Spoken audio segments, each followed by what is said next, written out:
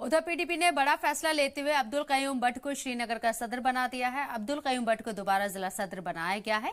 अब्दुल कयूम भट्ट को दोबारा सदर बनाने की वजह बताई गई है कि उन्होंने लोगों के लिए काम किया है, इससे लोग बहुत खुश हैं और इसलिए उन्हें जिम्मेदारी दोबारा दी गई है।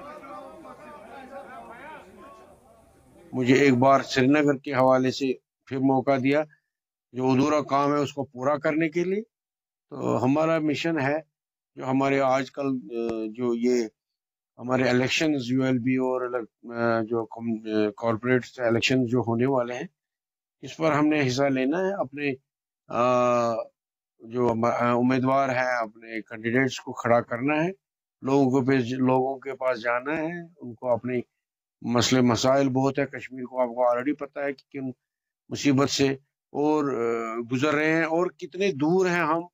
मतलब इस वक्त हमारी जो मतलब ना रिप्रेजेंटेटिव जो हमारा कैरेक्टर है वो कितना लैग कर रहा है कश्मीरियों का। लोकल जैसे जम्मू का भी हमारा एक ही बात है, तो इसको हम इंशाल्लाह रिवाइव करना चाहते हैं, अपनी पार्टी को रिवाइव करेंगे।